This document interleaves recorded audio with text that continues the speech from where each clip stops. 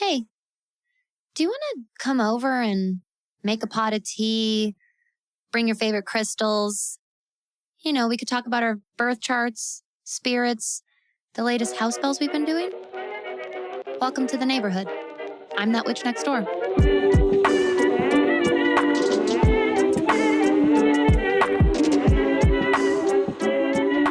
Hello, neighbor, and welcome to another very fun episode of That Witch Podcast.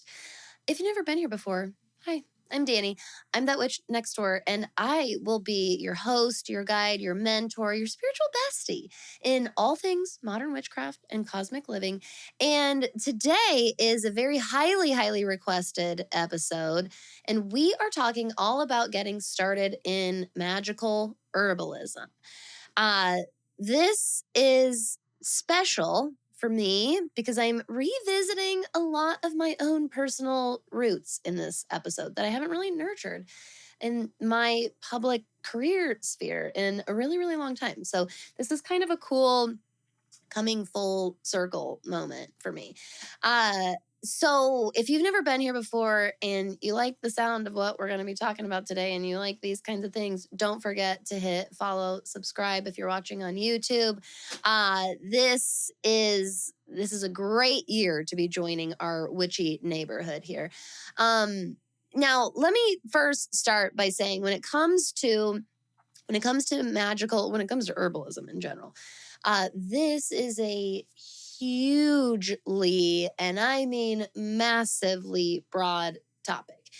I could do a 6-hour episode on this. But in general, what you can look forward to hearing in this episode is we're going to be talking about like forms of herbs. We'll get there and what I mean by that. But different uses for herbs and magical herbalism. Very brief like understanding of some of the background here. And most importantly, we'll be focusing on the ethics to keep in mind here, and as well as how to actually get started. What are useful witchy uses, utilizations, if you will, for herbs all throughout our life and our practices. And of course, I will be filling in some gaps with my own suggestions and tips and recommendations, of course, along the way. Now, I personally first stepped into this world long before I became long before I started identifying as a witch or practicing witchcraft on purpose, as I like to often say it. I first entered into the world of herbs and herbalism first, I would say, through cooking, honestly. And yeah, then through skincare and hair care was probably the next way in. And then it started rolling into home care and like medicinal stuff. By the time I started intentionally practicing witchcraft, I had already been working with herbs a lot. Herbal energy and the metaphysics behind these beautiful plants already were making a lot of sense to me. I had already started a relationship, a communion with them, if you will. And actually, my first business was rooted in herbalism. I used to co-own a little witch's apothecary. And so we made different handmade products and different items that were rooted in magical herbalism and sold them. It was there is where I really took all of that previous experience I had with herbs and really shifted educating myself in magical herbalism. So, first and foremost, before we can even really go that much further, what are herbs? When I mention different forms of herbs, this is because herbs can sort of be a much broader statement that incorporates, I mean, things that you would already think of, but things that might not technically fall under the definition. So sometimes in witchcraft and magic and metaphysics, we will use the term herbs or herbalism in a little bit more of a convenient like reference term and blanket term in a lot of ways.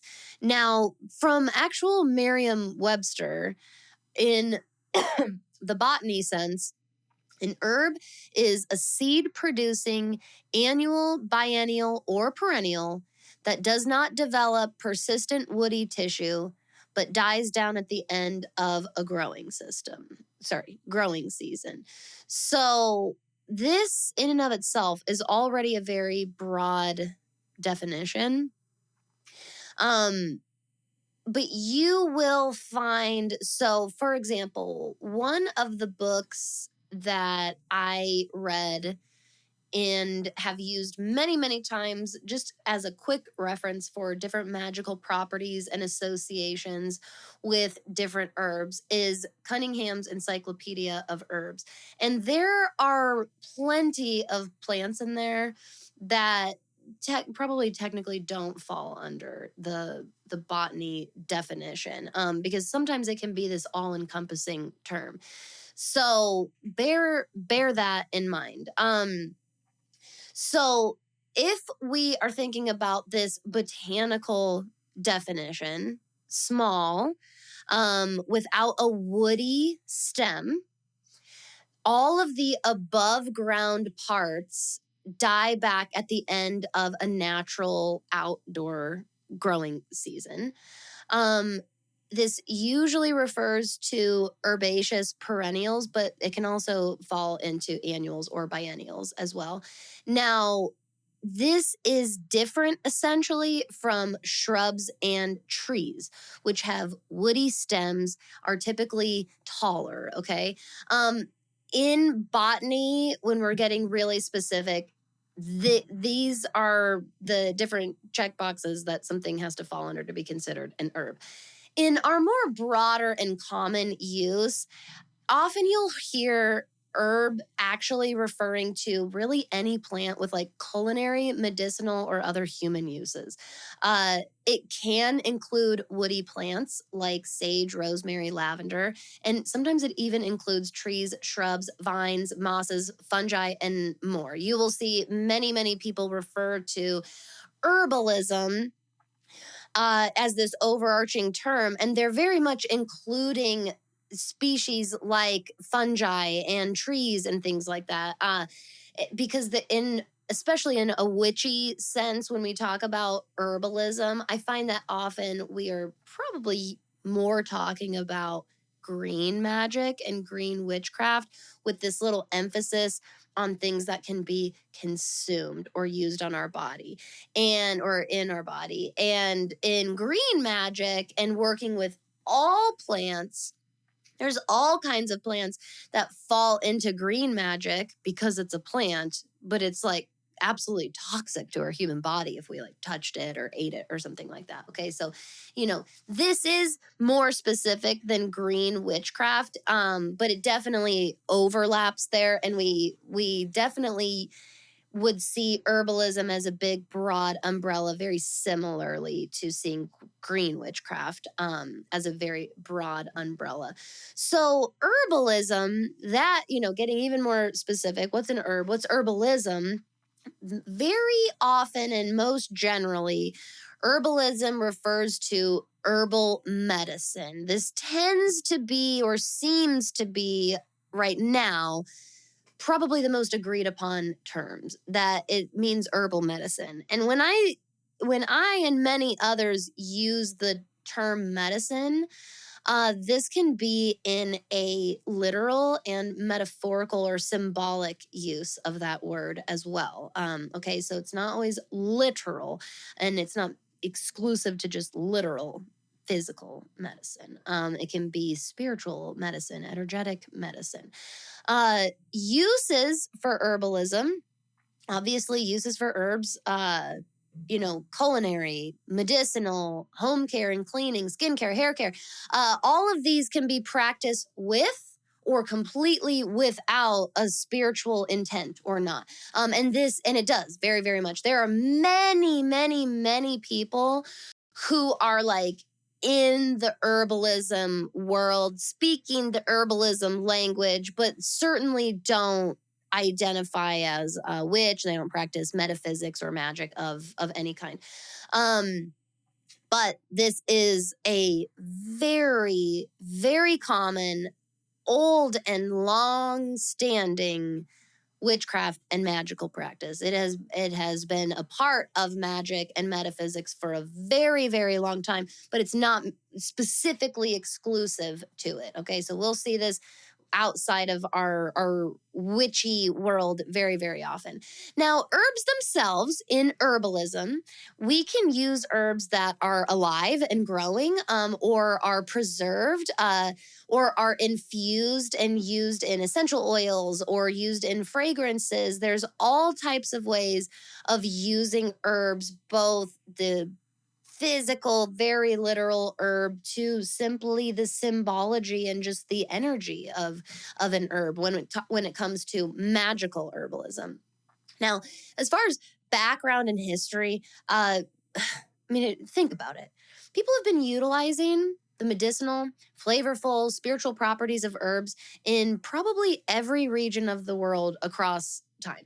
Plants as food, medicine, and tools is is probably, I mean, in my research, it touches just about everyone and everywhere. And you'll find that really diving deep into your own culture, your own lineage, learning about other cultures, other ancestral lines, different traditions around the world. These are wonderful, wonderful ways for exploring herbalism in a way that it will start to find its own unique personal place in your life.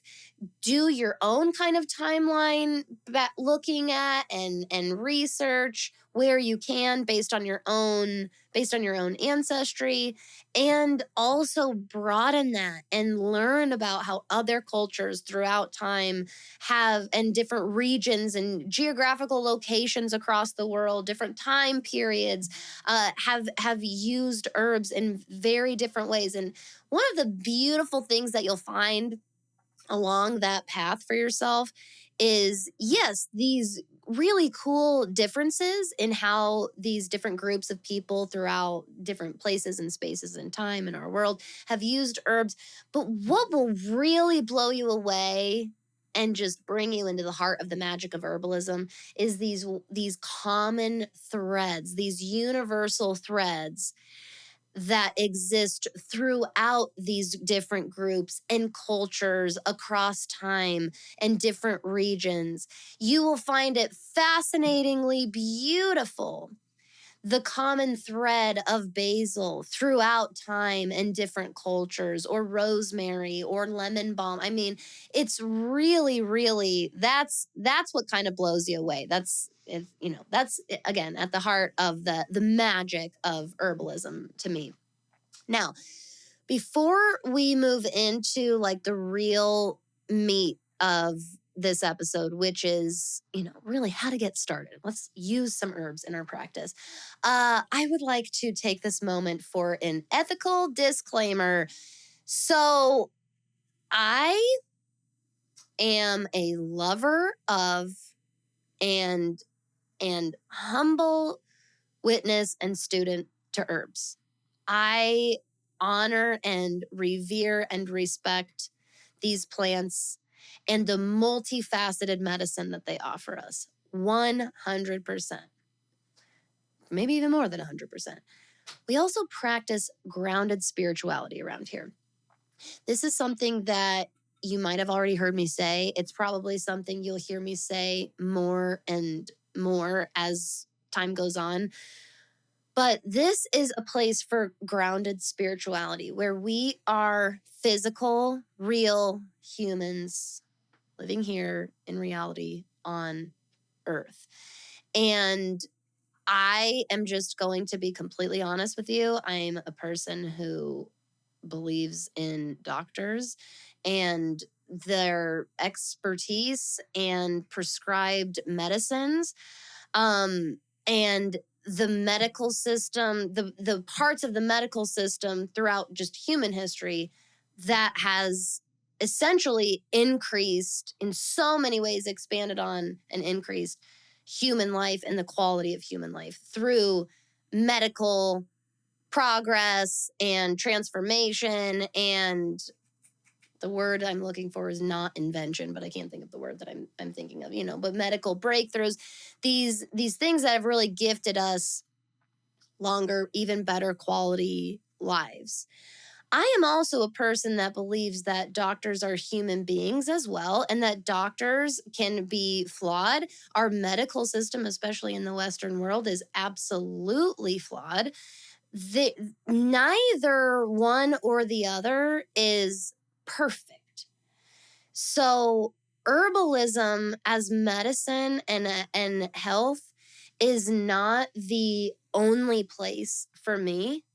And I also, on the flip side, other end of the extreme of that, I'm also not a person who says the medicine and energy of herbs is total bullshit and it's only about just what we're taught in medicine. And to be even more specific to my personal experience, all I have access to is Western medicine specifically, and that's where I should be only seeking and receiving any medicine of any kind. I don't believe that either. I don't believe in choosing one path over the other.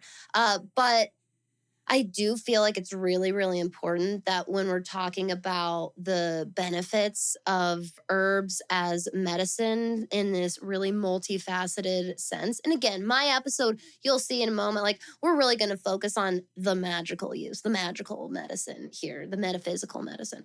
But I am not a person that believes in an herb replacing very sound, very necessary medical intervention or support. Okay, I'm a person that supports myself or my friends who see doctors and are prescribed medicines for their physical or mental health. Okay, so I'm just throwing that ethical disclaimer out here, because we all got to know who our people are and who we do and don't align with, and that's mine. So now you know that about me.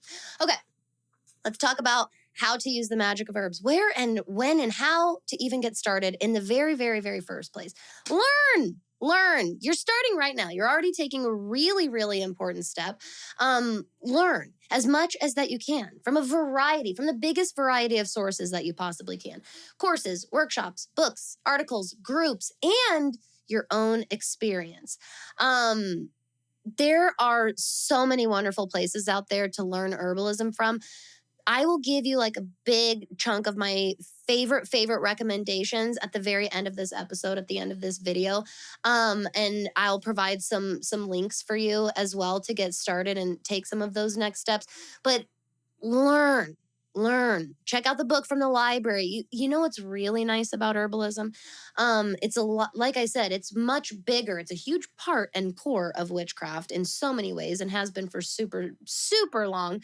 But it's also so much bigger than witchcraft and paganism. And it's much more popular than that. And so you can find usually way more resources on this subject than you can in a lot of other branches of magic.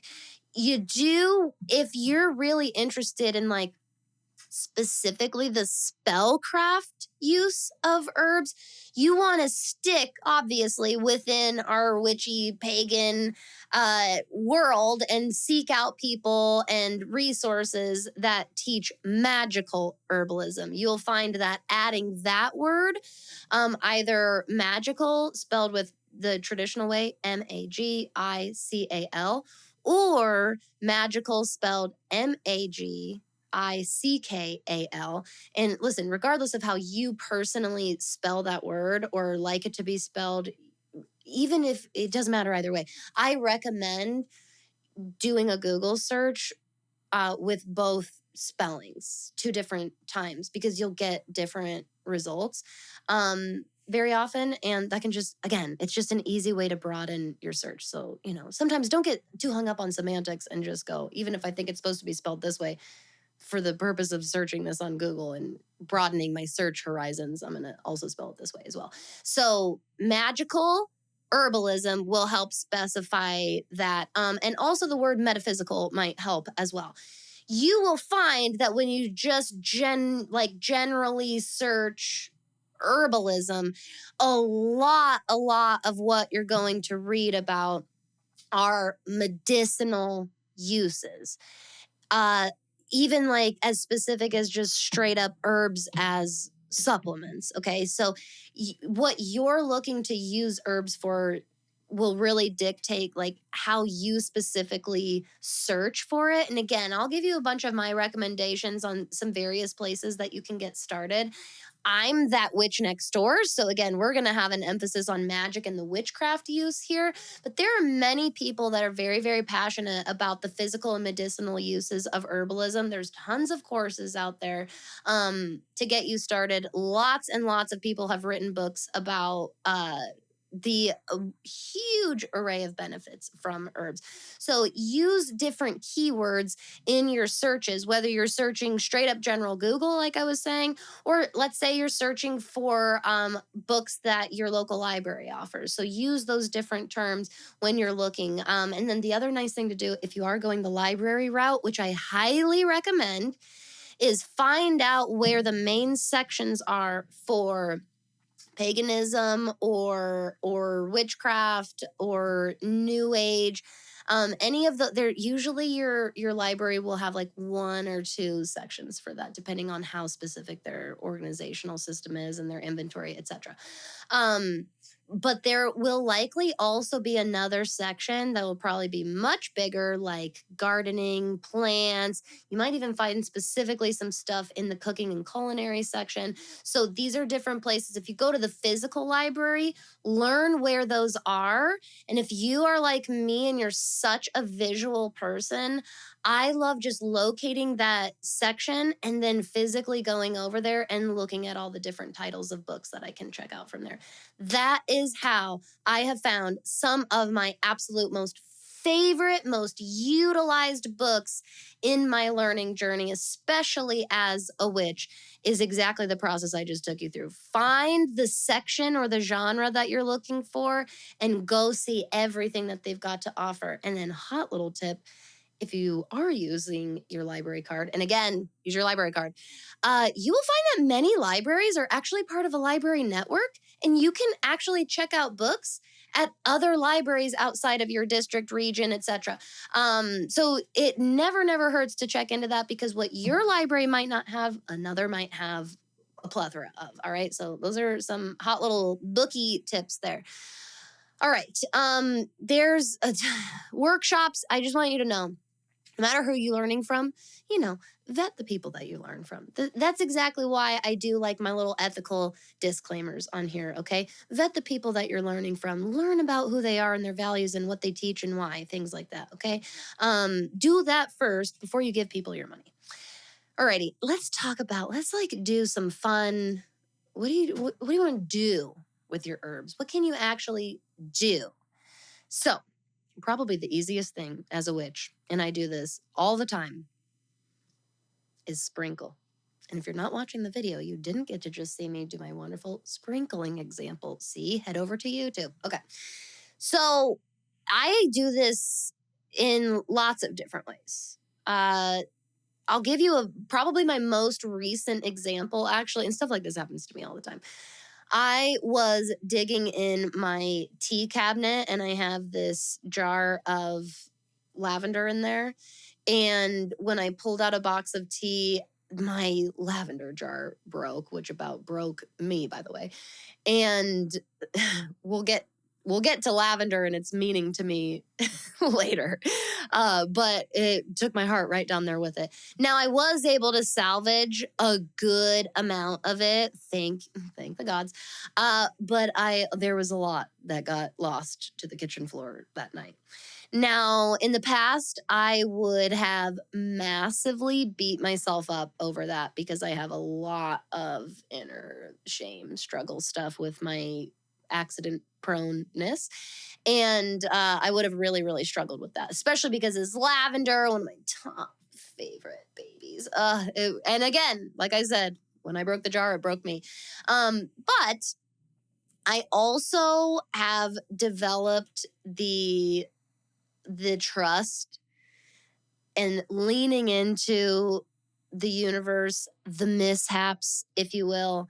And I knew that this pile of lavender that fell on the floor, that even though it was not sanitary to consume anymore, I could not use it in a tea or cooking anymore. There would be no way to sanitize it.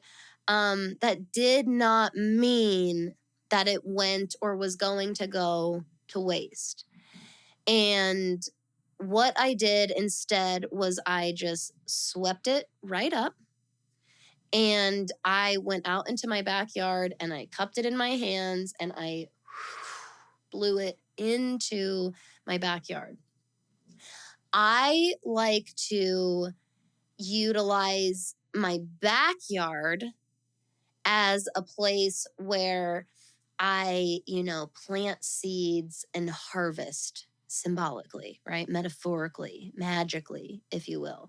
So if I'm releasing something into my backyard, I'm saying, you are welcome in our home. You are welcome in our backyard, so to speak. If I'm getting rid of something, I am blowing it out the front door. If whatever it is out the front door, okay? Not to be confused with the very common ritual of blowing cinnamon, ground cinnamon. I guess you could do it with a cinnamon stick. Oh, that would be a hilarious video. Ground cinnamon being blown into one's front door at the beginning of the month to welcome in abundance, prosperity, protection, etc. I like to blow things out or get rid of them out the front door. You are not welcome in our home, our property, etc. Okay, so something that goes into the backyard can really represent you're welcome here. We nurture and grow this energy here. And that's what I did with the lavender. So the lavender story is a cute little quirky, accident turned magical ritual. But I do also do this on purpose, and I will specifically go to the spice cabinet or the herb cupboard, and I'll either grab a single or make a little blend, and I am an herb sprinkler. So this can be a very specific part of the house, specific thresholds, specific windows. And by the way, let me just tell you, you feel really magical when you do it. You feel really, really witchy when you've got a little pile of herbs and you're sprinkling them or like blowing them like magical dust into the wind. Oh, I highly 10 out of 10 recommend. Also next, super easy use are herb sachets. If you've never heard the word sachet and you've only read it before, that is the word that looks like it's said as sachet. It is actually pronounced sachet. But this is a little pouch. Sachet is basically a word for pouch. And you can make sachets out of like anything. We're gonna do a super fun little simple magic episode on herb sachets next week, actually. So I won't go into too much detail yet, but they can be little bundles of anything, any herb, blend, single herb. You can put crystals in there, whatever you want, and carry it around, hang it in a specific place. There's so much to be done with herb sachets. Also, super popular, long old historical roots, using herbs in washes and cleaning products and sweeping. So some people, there's so many ways that you can do this. I make a homemade vinegar spray that uses essential oils, and I like to select the herbal essential oils based on my intention for the cleaning product at that time. And it's one of my favorite reasons for making a couple of at-home DIY cleaning products like that, because when it runs out, it's this opportunity to like do the ritual again and change up what it is I'm calling on for aid or as an herbal ally. So sometimes I'll do like eucalyptus and mint for like good clarity, focus, really moving through mental fog, if that's kind of where we've been, sort of a thing in our home, like if we could use that. I'll also incorporate citrus essential oils to welcome warmth and sun energy and prosperity. Lavender or chamomile can be really, really soothing, and also still promote a lot of psychic enhancement. So there's so many ways, and I love that opportunity of when it runs out, getting to recreate it and make it a little special and unique all over again. So using it in like straight up bottles like that as essential oils. There's a couple of other things that you can do as well. A traditional practice is what's called a floor wash. And essentially you make a wash of clean water and soap of some kind, and some people also will throw in like vinegar, for example, maybe a little bit of rubbing alcohol for antibacterial or sanitation reasons. And then you can put straight up dried herbs in there. And then people will wash their floor with it, let it completely dry, and then you sweep the herbs. And depending on how you sweep is what is representative of your intention. So again, reverting back to sweeping out the front door versus sweeping into the backyard, for example. Now, I also mentioned just sweeping because that's also an option here too. You can go the full floor wash route, and you can also sprinkle herbs in a specific area, for example, like a concentrated area, and then do a sweeping ritual. So you don't have to commit to the whole entire floor wash. You can do this totally and completely dry and still utilize the symbolism, sorry, of sweeping itself. And essentially what this is representative of is the energy and metaphysics of the herbs infusing that area of the home. And as you sweep, kind of this twofold thing happens where the herbs leave behind the good, if you will, and take away the bad. Okay. It's a simple way of looking at it. Another really popular, so easy, so fun, such a fun way to get creative is using herbs in like oils or salts or sugars. And this can be for body, like topical use. This can also be for consumption and eating or a culinary purpose, but don't mix up your bottles or your containers, okay? I I highly recommend, if you use herbs in culinary uses and cleaning uses, to be very mindful about how and where you keep your inventory and your stock and how you incorporate it into different things so that you're not doing any dangerous cross contamination. Okay. Just because something can be eaten doesn't necessarily mean that it should be. There's a difference between like, oh, this is a full on consumable versus it's just technically not toxic. Okay. So bear those types of things in mind. But putting herbs into oils so that the oil infuses with the herbs energy, this can be used in cooking, like I said, a food safe oil, but you can also make a topical oil that's used for either like oiling the body or oiling objects, like dripping oil onto a candle, onto crystals or jewelry. You could do this in wood safe oils to become a wood polish that is infused with those herbs. And you can leave those herbs in there whole and floating around, or you can infuse the oil over time and then eventually strain it out so that you don't have the actual loosey gooseys in there. Totally, whatever your needs are. That's what I love about herbalism. It's so incredibly flexible and fluid with you.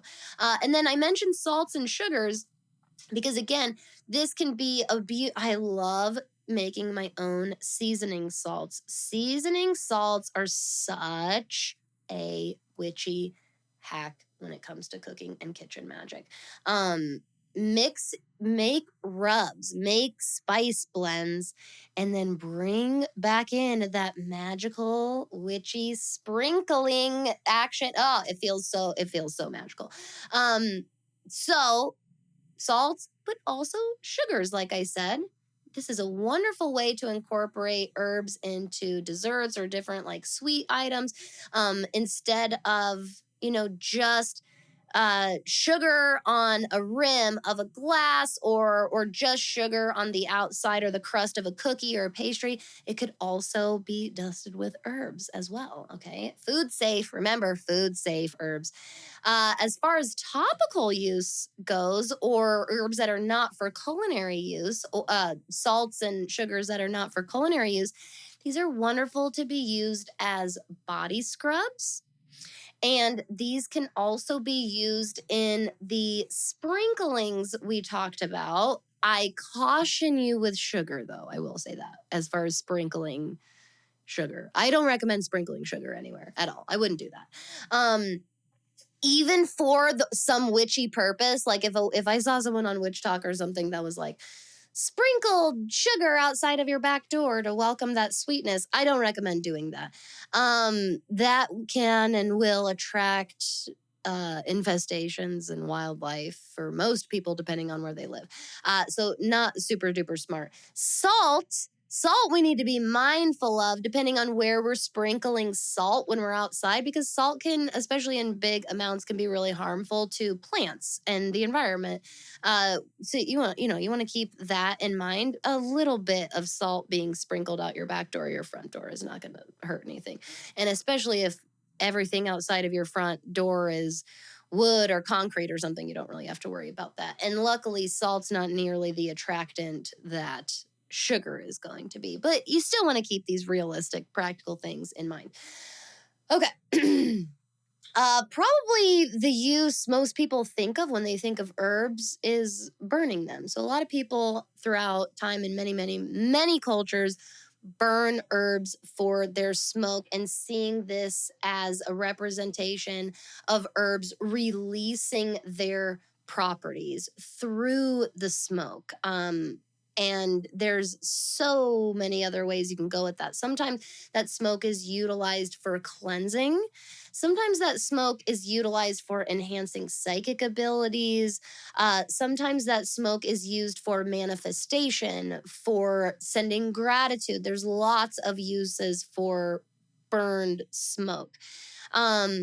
You want to keep all of your normal safety stuff in mind, not just fire safety, but also lung and respiratory safety, and also keep building where you live and work regulations in mind, things like that. Be smart, right? We're grounded spirituality around here. This can look like herb bundles, like we see a bundle of sage, a bundle of rosemary, a bundle of multiple herbs that are burned. You can also burn loose herbs in a heat safe dish, like a cauldron, with an ignited piece of charcoal. And once the charcoal is lit and ignited, loose herbs and sometimes resins can be sprinkled directly on it, and they'll burn and release their smoke. I love burning herbs this way. I don't have to get a whole bundle to light, and it's a lot less messy, and it's fun because each time the herbs burn away and they turn to ash on the charcoal, it's another opportunity to take another little magical pinch, and you guessed it, witchy sprinkling. And witchy, let me just tell you this. If you think that witchy sprinkling already feels super magical, do it on a piece of lit charcoal where the smoke, like, oh my God, it's so, so fun. Again, please practice safety when you do this. You can sprinkle herbs onto lit candle flames. I've seen people do this. You want to be particular. I hesitate in the world that we live in recommending things like that. I know that visually it can look really cool. It can feel very enchanting. This is something that's a lot safer if you're at like a controlled, safe, responsible like bonfire, and you can like blow cinnamon into it, or you can throw a little handful of basil into it or something like that. That's a lot more safe. If you're like burning a candle at home and you sprinkle herbs onto the flame while it's lit, be aware that it can ignite and it can fly. It's not guaranteed to land in the heat safe dish or candle. It can, ashes and embers can spring off into, you don't know. It's combustion. So be careful, please, and mindful and responsible with all fire things. Obviously, probably one of our most obvious ones is using herbs in cooking and beverage. I recommend, if you have not already listened to our episode, Are You a Kitchen Witch? Highly, highly recommend going back and listen to that. And if you are not a member of that witch school, if you are not an all access member, I really, really recommend you check out becoming an all access member in my Magickal monthly membership, community membership, that witch school. We just dropped a kitchen magic 101 workshop at the very end of May. And it's so good. If you loved our Kitchen Witch episode, this workshop is so good. Goes even more in depth. My all access members in that witch school are always guaranteed to get any classes and workshops that I offer at all. And so this is the best, most bang for your buck membership to be on. But I am also offering these workshops for purchase outside of that witch school as well, or for students in that witch school who are not all access members. These workshops are now going to start being listed on my website, thatwitchnextdoor.com, and you'll be able to purchase the kitchen magic workshop there for yourself as well. So if you do go back and listen to that episode, you'll love the workshop. And that workshop paired with this magical herbalism thing, unstoppable force. There's so many ways to use herbs in cooking, food, beverage. Absolutely. Another super witchy use of herbs is spell jars. So spell jars are used in a variety of ways. We will definitely do another simple magic episode on spell jars specifically, but they are exactly what they sound like, very similar to a sachet. They can be for all kinds of intentions and have different combinations of herbs or objects inside of them. They are often sealed in a way that is specific to the intention of the jar itself. So sometimes I've made spell jars that I purposefully leave open because I want it to like emit that energy.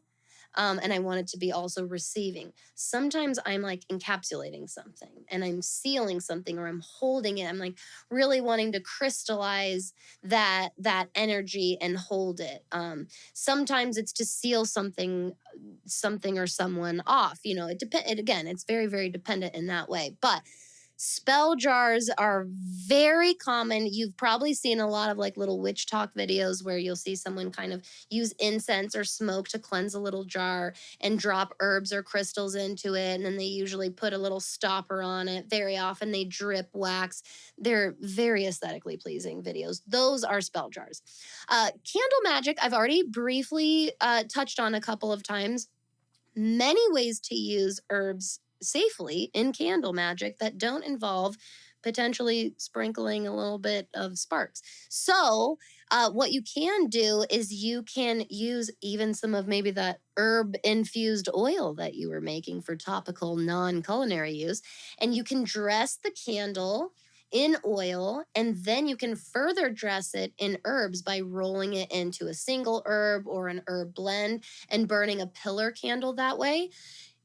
In recent, in the last decade, it's very, very popular to create and sell spell candles that are container candles with herbs, crystals, glitter, lots of beautiful goodies right on top of the candle, and you just light it and it just burns. So, like pillar candles will be, something that we usually use one time ish. Think of like a birthday candle. Think of a birthday candle, but like bigger, a pillar candle. And then a container candle, especially depending on your situation and where you live, sometimes that can be a lot safer and more realistic for you and still have those beautiful physical herbs right there with the candle. Now, speaking of dressing, using herbs as dressings, and I am not talking about culinary dressings because that would fall into our culinary category. Uh, Using this combination, or yes, a combination of concepts here of our sprinkling and dressing something, very, very often, what we'll use herbs for as witches is we'll set up a ritual like a crystal grid. We'll make a special setup on our altar, or, there, where the setup is not necessarily what matters here in this example. But let's say there's a candle or a goblet and crystals, objects that are representative of the spell and the intention. And then often what can and is done is you can just dress the whole scene, if you will, with herbs. I've done this many, many times. So sometimes I'm not rolling a candle in herbs, but I'm dressing the entire area, the setup around the candle with herbs. If I have like a crystal grid, sometimes I'll sprinkle herbs over the top because I'm welcoming in kind of that veil. I want that protective orb, or I want that a veil of that energy to kind of fall over everything that I'm intending with that ritual. So you can use herbs in that way as well. This is also something you can do if you ever make a circle of salt that you sit inside for ritual. You can incorporate herbs into that salt as well, and that can be part of the salt circle or magical boundary that you laid down. Tinctures are something that are found both inside the witchcraft community and magical herbalism and outside in more of the health, wellness, medicinal uses of herbs industries. So, tinctures, as always, we want to just, always educate yourself on the actual ingredients, where it's coming from, who's making it, make sure it's safe, make sure it's legit. But tinctures are usually herbs that are infused or extracted through alcohol. So very, very often it's using a very high proof alcohol. And either it should be real herbs that are food safe to eat in there. They infuse over a period of time, and then typically the solution is strained and put into little dropper bottles. And then you can put, it depends, some tinctures will tell you to put a couple of drops under your tongue, some will tell you a few dropper fulls. It really depends. Again, you need to take your own body and physical health into consideration before doing any kind of consumable like that. But tinctures have been used for a very long time, are a very sacred part of many people's lifestyles and practices. And so there's definitely education and info out there on how to make them yourself, where to buy them, classes that you can take and learning about tinctures. So that's a very, very popular use. Now, of course, herbs can also be used in our offerings. So, herbs not only have these metaphysical or magical associations with them, those are therefore often linked or tied to various spirits, entities, or deities as well. And so you can look up herbs and plants associated with deities or beings or entities that you work with. Maybe herbs that represent to you your ancestors or your lineage, and that's a way to offer up an offering to your ancestors that way. There are many, many ways to do offerings. Again, that could be a whole episode in and of itself.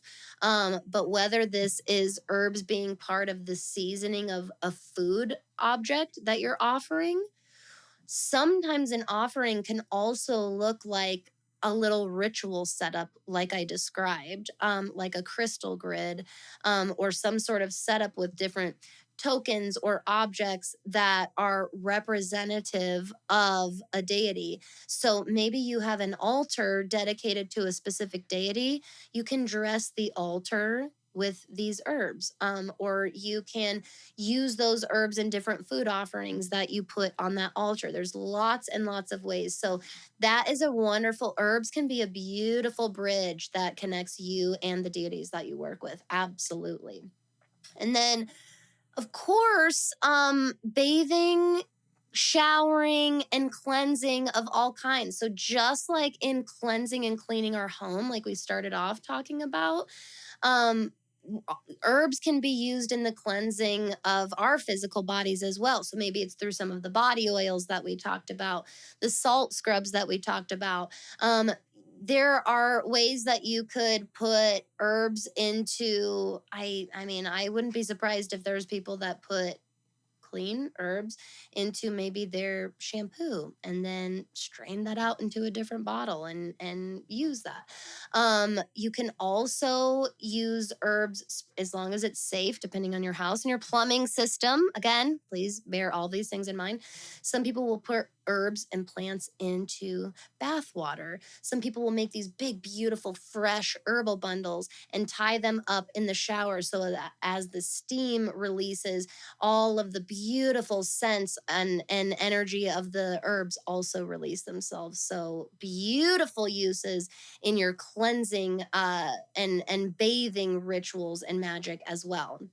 You can also get really crafty with herbs, and you can learn how, or maybe you already know how to like press them into pages of your journal, your notebook, your grimoire, your book of shadows.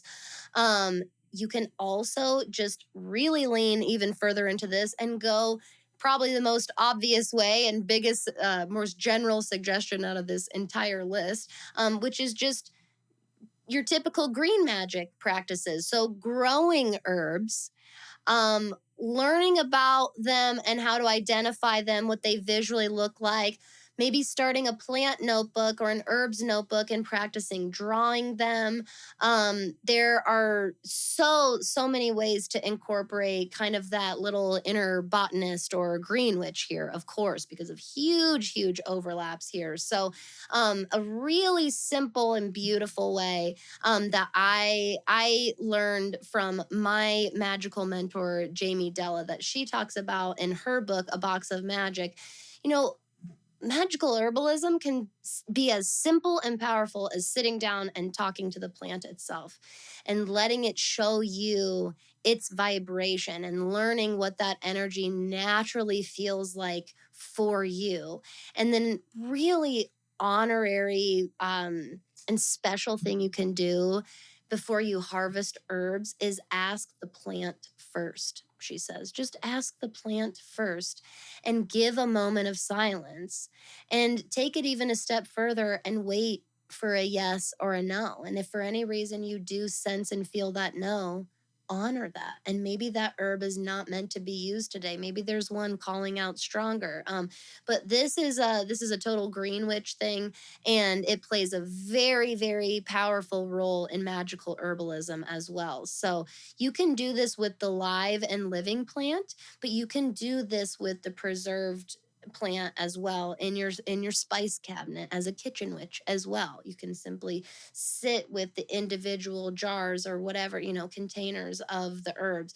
If you are expanding your herb inventory and you're at the store or market or a local apothecary where you're buying more herbs, sit with each one, see who's calling out to you and why, what kind of images come to you, what sensations come to you, what try to describe that vibe that it's giving you essentially. This is how we really develop a strong organic relationship with our understanding of the energy of herbs. So don't forget to just sit with them as well. Okay. Um, Now, to start kind of rounding things out, I am just going to share my favorite herbs in the world. And I love them, but I also find that they are really, really magic, witch friendly. That's probably just all the bias speaking there. All of my. So my favorite herb is probably lavender, as you could have guessed. But a very close second is rosemary. My top three, if I had to, would be lavender, rosemary, and basil. My ride or die. That's my blend, man. That is culinary, metaphysical, the smell. I am drawn to all of them in every facet and every level the most. Those three, 100%. Lavender is very, very associated with, again, like enhanced psychic abilities and also that calming and soothing energy. Rosemary is also a nice psychic enhancer, and it is a strong protector and strong purifier. Basil, I will often call the universal herb. It is good for like anything and everything. I associate it very much with the full moon for that reason. I associate it with the crystal quartz for that reason. It is probably most popularly used for prosperity and abundance, but again, it is associated with so many other magical symbols and intentions as well. Protection and cleansing and healing and love. I mean, so many things. But my last favorite honorable mentions, lemon balm holds a special place in my heart. I love lemon balm. Very, very nervous system friendly, both on the physical and metaphysical plane. Chamomile, not only that beautiful floral calming herb that helps us go to sleep, also really big prosperity booster. Chamomile is very frequently used in money spells. I also love ginger. Oh my God. I could live off of ginger root. Oh my God. Oh my God. I love ginger. In anything, everything, appetizers, desserts, meat, it doesn't matter. I love ginger, super savory, like a really ginger forward salad dressing. I could eat the entire pile of pickled ginger that comes with sushi in one bite. I love it so much. I also love crystallized ginger, which is like ginger candy. Give it to me in any form. Very associated with prosperity and abundance again, but also anything that comes from being like a root. Ginger is a root. It's also a very excellent grounder as well. And then I had to just give a little shout out to a couple of my favorite spices. Cayenne pepper, both in a culinary sense. I'm always adding a little pinch of cayenne freaking everywhere. I love it. I love the type of heat that cayenne is. And it represents that heat, that kick, that oomph, that power. I love it so much. And also, just a little basic bitch shout out to my pal pumpkin spice blend. Not only is it a fall favorite, does the aroma and the flavor of pumpkin spice like transport me to my energetic safe space. It's a powerhouse of magic. Typically it includes cinnamon, nutmeg, sometimes cardamom, ginger, and allspice and clove are usually the most common. They are each really, really wonderful. They each have their own use, but all together they bring like strong protection and big amplification to power. Okay, there's a reason a lot of us love pumpkin spice. All right, that's all I'm gonna say. And lastly, my friends, of course, I want to give you some next steps, some further learning, extra resources that you can learn from. So I love some of my favorite that go way back to my oldest roots in herbalism is a company called Mountain Rose Herbs. Okay. All of these are going to be linked in the show notes, by the way. Mountain Rose Herbs, not only a great place for purchasing herbs from at very good prices, they offer a ton of free learning and resources on their site and in their services. So do not sleep on Mountain Rose Herbs.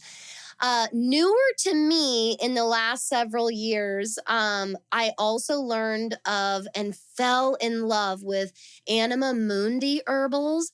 This is an incredible company, indigenous based and owned, and there is such a beautiful ethics policy there.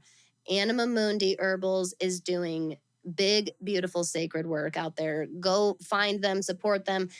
I have never bought anything from them that I didn't just fall over in love with. They have all kinds of herbal blends, and again, lots of education through there. Follow them on social media. Big, big, big love for Anima Mundi over here.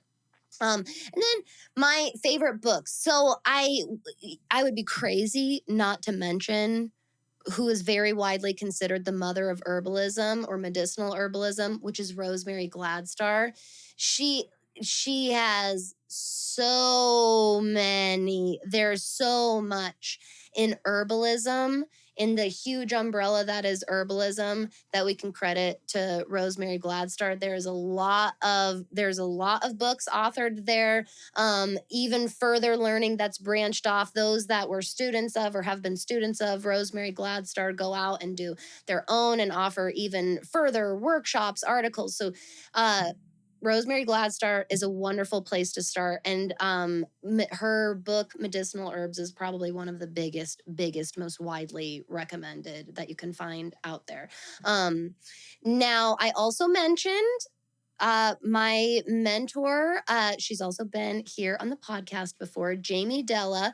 She authored a book called A Box of Magic, and I love her herbalism section in there. I was not new to herbalism at all or magic when I read this book, but it was just filled with so much good, fresh perspective I hadn't thought about as a witch, or things I hadn't thought about in a long time as a witch. Really, really wonderful place. Very well-rounded place to go and learn about some good basics of herbalism as well. And then as far as looking up the meanings and symbols and magical associations with herbs, you know, do your online research, take things with a grain of salt, vet where things are coming from. Two of my favorite book sources I mentioned earlier, Cunningham's Encyclopedia of Herbs. There's, this is not a perfect resource by any means, but there is really some good meat and potatoes in that book. And it can be a very, very inspiring place to start. So that's why I always recommend it, because it's one of the books that is out there that is specifically talking about magical properties of herbs, not solely the medicinal properties. So that's why I always mention it. But again, I want you to seek out places like Anima Mundi Herbals, Mountain Rose Herbs. Look at books and publications that they have put out, classes that they put out, who they follow, who they learn from. Expand beyond that. Don't use any kind of resource as the only resource. That's my biggest recommendation there.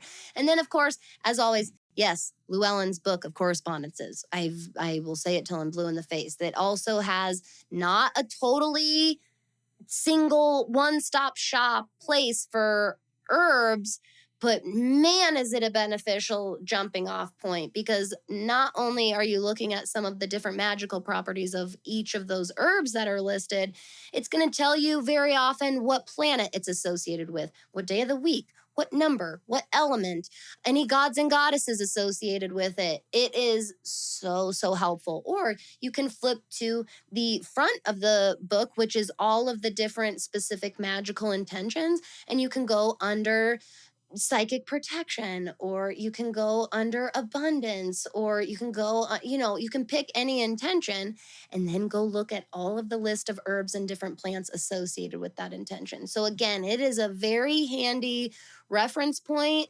that I have personally grabbed again and again and again. It lays some very helpful building blocks for you. So again, you can find all of the links in the show notes below for all of my recommendations in this episode. I would love to hear your questions as well and go even further, maybe even do another episode, maybe a part 2, maybe a next steps in magical herbalism. So let me know your questions. Let me know what you loved. Let me know what you would change. Thank you for your time today with me, neighbor. If you are interested in joining us in the ever so magical That Witch School, you can also find the link below, or you can go to thatwitchschool.com and join us on your preferred plan there. Thanks for your time, for your magic, for your energy. Make sure that you are out there staying safe. You're letting yourself have some fun, of course, and stay magical, my friend. If you enjoyed today's episode, if you learned something, or you just love That Witch podcast, one of the best things that you can do is share the show with a friend. Just by reaching out and sharing the link or recommending us to somebody is hands down the best way to help us grow our podcast here. So you can head right now into the podcast app that you're listening to, and you can directly share this episode by using your little share link button, or you can just take a screenshot or just mention That Witch podcast to whoever you're recommending us to, because you can find That Witch podcast on all major podcast listening platforms. Thanks for being such a great neighbor.